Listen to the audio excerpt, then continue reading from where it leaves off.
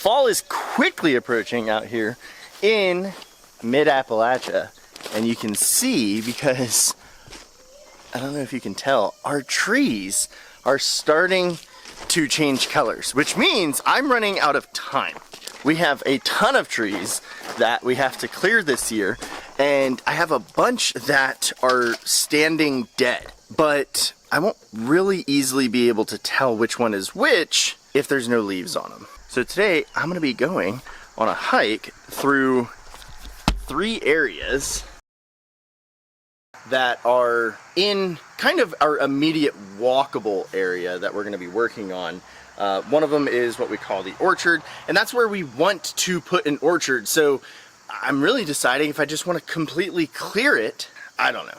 But the other one is what our kids have nicknamed the beach, and it's already mostly silvopastured, so that one's just kind of a management, right? I gotta check the spacing, make sure that the trees are far enough apart for what we want to do, and then I need to take out any of the small trees that are growing and kind of taking energy from the big ones, and just kind of do selective cutting out there. So that one shouldn't be very much work at all. Whoa, did you see that? But first, chores. I pet it. Yeah. Careful if there's any eggs. Going quick. We're having a lot of emotions today. I forgot to, we have the hatch, which like changes colors, and it's a sound machine for the kids. I forgot to set it to turn green later because we had such a late night last night. Because Wednesday nights are late for us and Friday nights are late for us. I've got a little bit of grumpies today. We're making it work. And I have incredible fall allergies this year. No, it was right over there. Oh, that's cool. And it stayed wait. Wow, look at all they've done. Yeah. This kind of terrifies me, but I know it's good for them to do.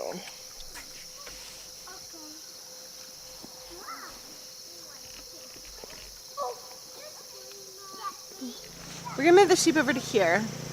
There's a lot of the American Bonita, but we're gonna give them a bigger pasture so that they can eat around it, and then we will pull it through.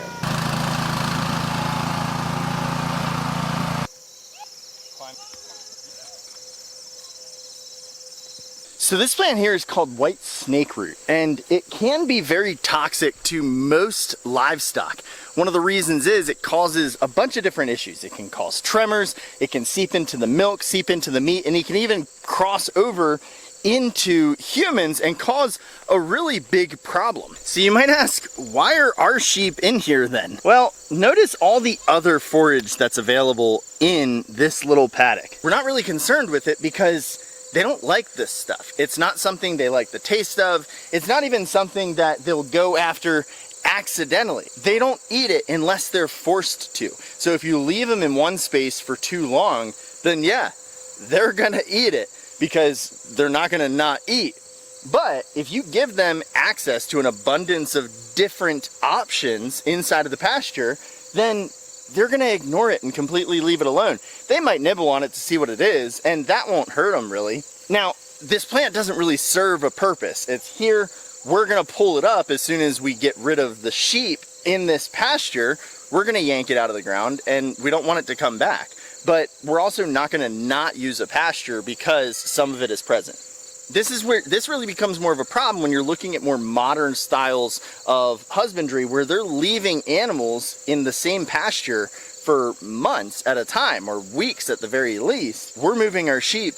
With this one, we're gonna very closely monitor, and once they start running low on forage, they're gone. They're going to the next. But if we were to leave them here for even a week, they would probably eat all of these bushes, and it would definitely taint the meat and probably kill some of the animals. One of the reasons that we chose management intensive rotational grazing is because of all of the health benefits. It's not just because it'll help break the parasite cycle, but also we don't have to worry about, well, is there 1 or 2 toxic plants inside of the pasture? We're moving them fast enough that we're never gonna have to worry about whether or not it'll actually harm our animals, because they don't like it and they're gonna ignore it. Paisley, what are you about to do? Cook pizza. For who? Everyone. You're cooking pizza for everyone? Yeah. At 6 years old? No. How old are you? You're 7, And you're gonna cook lunch for everybody?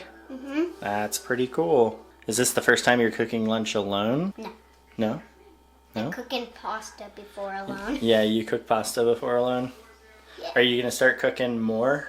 Mm-hmm. I don't remember if I said it earlier today, but we need to mark our dead trees and just basically any trees we don't plan on keeping next year.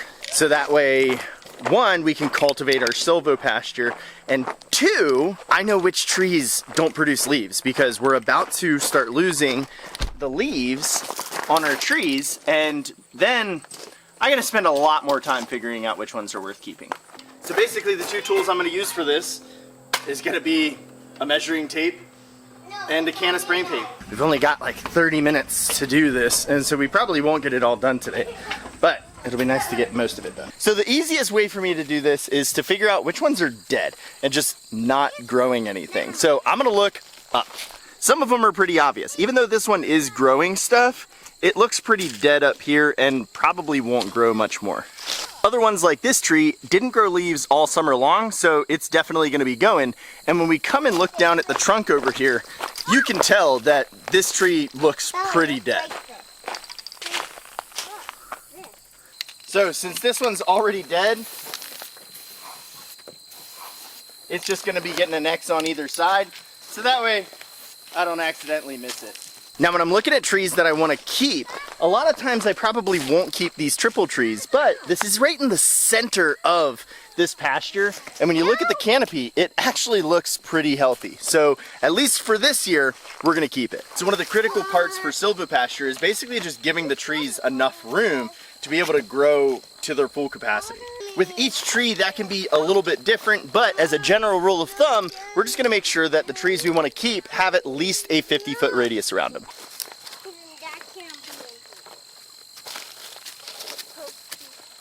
This one's 21 feet to here, so even with the smallest amount, it would be a go. This one's pretty much 30 feet to the center of the tree. Usually I would mark that one, but it's really nice. It's super straight, so at least for right now, I'm gonna not mark it to get rid of. Since I'm keeping that tree over there, this little guy, he's not really growing straight. He's not growing great anyway, so we'll get rid of him.